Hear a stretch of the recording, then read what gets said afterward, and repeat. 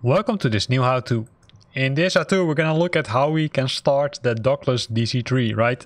An impressive aircraft with, I'd say, a really nice sound. So let's go inside the cockpit. So this is the cockpit, right? So a lot of materials and a lot of buttons. On the left side we can see everything which is related to, I would say, electricity, right? We can see the ground power, which we can switch on, which will result in that the volts will gauge will increase. We've got the batteries, we've got the quick start, which we can do, the cold dark start. So these are the ones which you can use to quickly start the aircraft, right? So if you simply want to, I'd say, make it yourself harder, then you can do the cool dark start, and also you can do the quick start, which will likely start the engines themselves. Then we've got a lot of lights buttons. This one is not working, right? So you can see that there's no arrow over it, but the other ones are working as expected, including the pitot heat and the heater on, and as well as the primers. And here we've got the propeller DIs, the panel lights, the left prop feather, and the compass light. Those are all the buttons which we have here. Then if we move to the center, we can see, I would say, the ignition. So this is the magneto, right? So we need to set the magneto. We will do it, I would say, in a few minutes. And then also we've got the altitude limit, or is it? Come on, go away. Limit switch, which can be turned around. I'm not sure where it's being used for, but that's something I will probably figure out in the future, and then we'll let you know. Then we've got the de-icing, we've got the pedestal lights, an inverter, then we've got the engine starter buttons and also the booster pumps, followed by the cabin lights, which you can switch on or off. A lot of gauges, right? This is the volts. Here we can see the amperes, which are, I would say, not currently used, but I do expect it will be used once the aircraft is started. Moving to the left side, we've got the cowl flap control. They're currently set to closed, and you can open them, right? So you can move them around, which we will need to do as part of the start process. And then we've got the hydraulic systems here. They're a little bit hard to see because the, let's say, instrument phone, or the, not the instrument, the joystick, also not the joystick. I know it's a weird word. But the control for the aircraft, let's call it like that, or the steering wheel, is hidden or is hiding the hydraulic systems. So it might be a little bit hard to, let's say, have a look at them. Then continuing on the right end, we've got the heat systems, but also the wheels, and also the option to secure the wheels, open the doors, right? And then it will illuminate these lights. So if you now would go outside, you would have hoped that they will, say, open them, and ta-da! And I'll say the baggage room is opened, and where is the passenger seat? Here it is, right? So you can fly with the drone inside the aircraft if you want, and you can even see that the stairs are really nicely modeled. So we're going to close the doors again, and then secure the aircraft, right? To make sure that it's ready for takeoff. Secure the aircraft is, however, a different button compared to what you would expect, because you just saw it, right? Now they're gone. Now the wheel locks are placed. So this is simply to make sure that the aircraft won't start driving, and that's probably not what you want. Then a lot of gauges here, right? The oil temperature and pressure, the cylinder pressure and temperature, the carb heat and air. Then several de-icing and hydraulic pressures over here. Then the airspeed, of course, the climbing rate, the altitude, and also, of course, the horizon. If we move to the center, we can see a compass over here. We see another horizon here, and then we see diff gauge, which I think is the altimeter, if I'm correct. Then some modeling might be, or remodeling might be required, right? Because you can see some of the text is not modeled, and well, other text is really sharp. Here we've got some other meters, right? The RPMs, the oil pressure, the fuel pressure, and then behind this one, what do we have here? We've got the manifold pressure. On the left side, or on the, I would say, pilot side, we also have multiple things, but there are a few additional instruments compared to the co-pilot. We've got the clock, we've got the airspeed, the altitude again, and then we've got the audio signals, which can be used to identify beacons. And if I move a little bit more to the left side, we can see radio, we can see, say, this is for navigation purposes, climb rate, a lot of things, including toggling the pilot's yoke, so we can remove that one. Here's the ADF bearing indicator, the CDI, the swap the OBS compass rose, and another CDI, which can be used to, I would say, turn different things. Navigation for this aircraft will be discussed in a complete separate video, because that's, I would say, something which requires a lot of time. Then we've got the wing flaps, right? So currently they're set to up, but you can also move them down, of course. So a lot of nice things. Here we've got the manifold readout selector. That's over here, right? So you can move it around. And then, of course, the most, or at least between brackets, the most important buttons. We've got the left engine supercharger and the right engine supercharger. You won't need them normally for, let's say, normal starts. Here we've got the tanks, right? Here we can select which tanks are being used, and that's something we need to, let's say, reconfigure as part of the start process. Here we've got the propeller, the throttle, and of course the mixture, which are really important in this case. And then we've got a fire extinguisher and the manual hydraulic pressure pump. So a lot of instruments, a lot of buttons. So let's see how we can start this one, right? So to do that, we're gonna use the official checklist, which can be found here. And I will move it now over here. I'll probably move it a few times left and right. Sorry for that.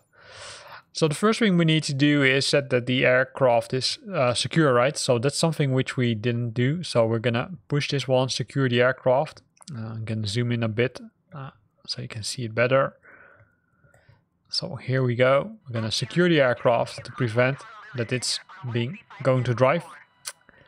Then we're gonna look at the battery switch. It needs to be set to off, so the battery switch can be found here, and the flight controls need to be free, which means that no one is in the way, which is the case, so that's good. Next step we're gonna do is switch on the ground power, and the ground power, as you can see, is already switched on, so we don't need to do anything related to that, so that's good. We're gonna check the fuel gauges, where we can see, okay, how much fuel is in the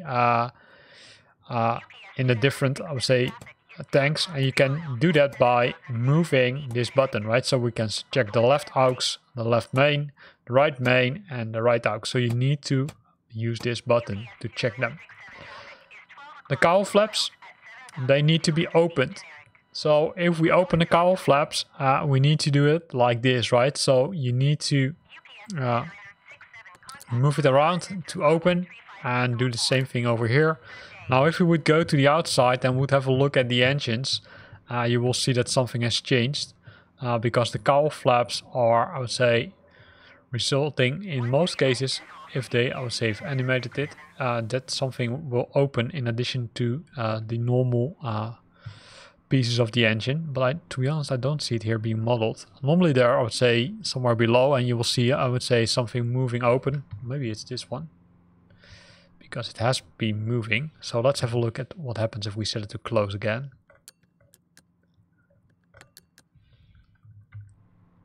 No, you don't really see something happening. I thought that these were the cowl flaps, because normally what you would expect is that some, I would say, additional openings will be created here, but I don't see it on this aircraft. Maybe it's on the top. Could also be, not sure. Or maybe it shouldn't be modeled. Could also be the case. Well, never mind. We need to open them, right? So let's do that. So both are set now to open. Then we're gonna check the pitot heat, which is here. It needs to be check off, which is the case. And then we can switch on the lights when needed. Well, in this case, we don't really require lights. But if you want, you can switch on lights. For example, you can switch on the what is it, the windshield light or the position light. You can switch it on or off, right, using these kind of simple steps. Then the parking brake, really important to prevent that we're gonna drive away. And this is a position which we didn't discuss because these are below the throttles. Here you've got the friction leveler and here you've got the parking brake, right? So make sure that it's set like this. This is the nose tail and this is the left nose right. So you can use it to adjust it, although this button is not, or say, animated. And the same thing is for the right wing. Here are some buttons which you can do. Emergency autopilot power, and this one is not modeled. But that's not an issue because we don't need it for now. Then we're coming to the fuel selectors, and the fuel selectors are looking like this, right? So you can maintain or you can change them by turning them around, right? So currently, if I press it like this, it will be set to the right main tank, which means that you will use the right main tank. You can still use the left main tank to, I'd say, power the right engine, but according to the manual, you should set them to left and right. And the thing which you need to have a look at is that the small part,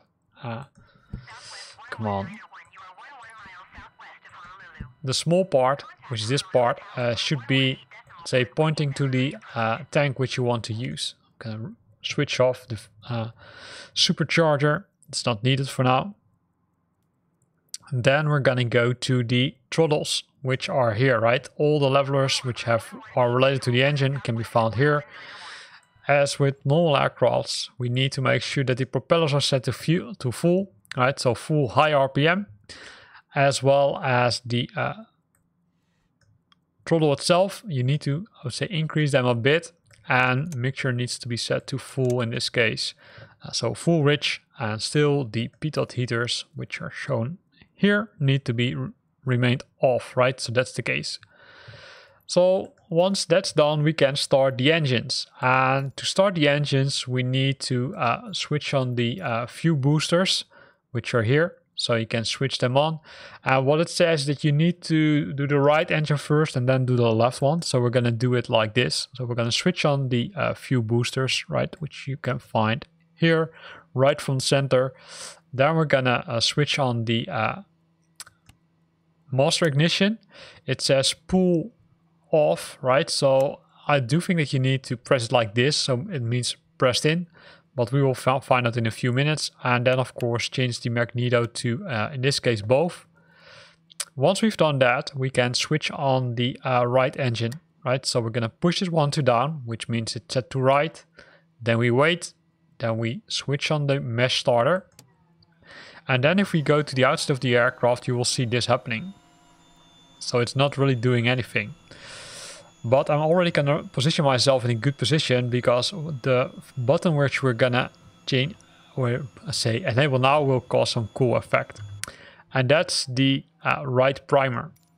And the right primer can be found here. So I'll press it. And here you can see and listen to this sound. I will shut my mouth for a few seconds.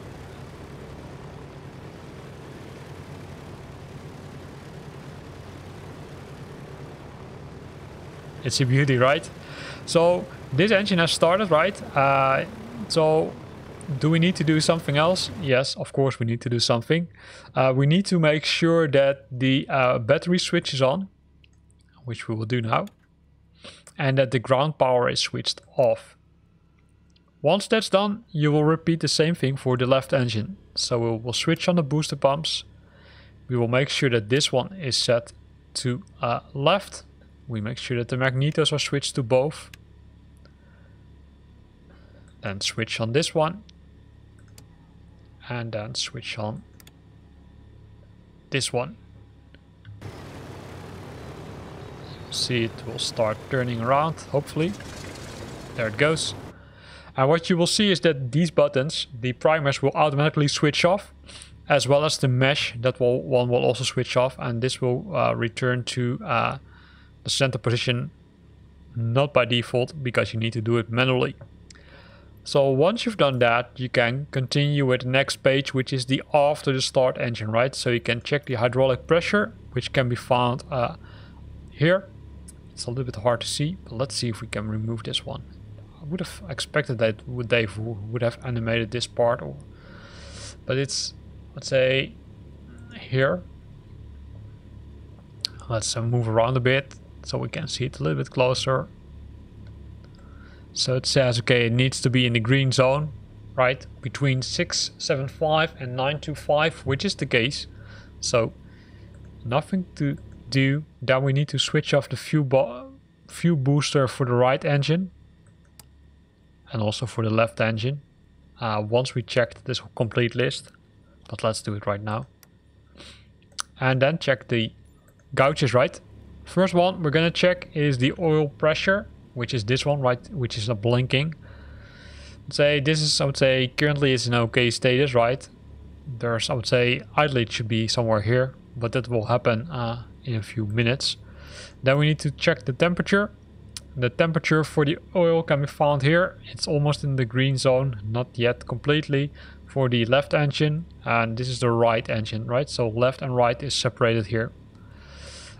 The cylinder head can be found here, so also left and right, and you can see that the right engine is, let's say, a little bit, say, more in the green zone compared to the left one. And then we've got the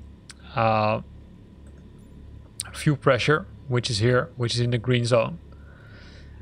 Once that's done, it says magneto check, drop 100 RPM each. And I'm not sure if magneto is the correct word, but I do think what they mean is that you need to decrease the, say, throttling mechanism. So let's do that, right? So let's move, I'd say, a little bit in a different position. Always hard, right? Using the buttons. So we can do it like this. Notice the mixture.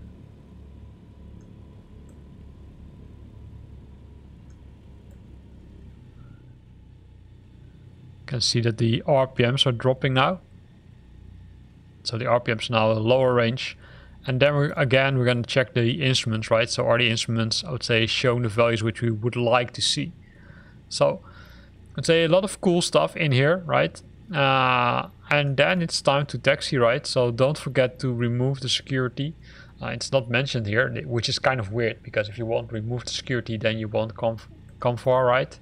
And then you're gonna go and I would say go airborne. After taxiing, of course, to the runway. So here ends this video. In this video we looked at how you can start the engines of the Douglas DC-3, and you can, I would say, still see them running and hear them running, right? Really cool sound. I hope you like this video. If you like this video, then consider to use the like button. If you got questions or comments, then feel free to post them in the comment box below. And if you want to stay up to date about new videos I'm posting, then make sure that you're subscribing to my channel. Thanks for watching and see you next time.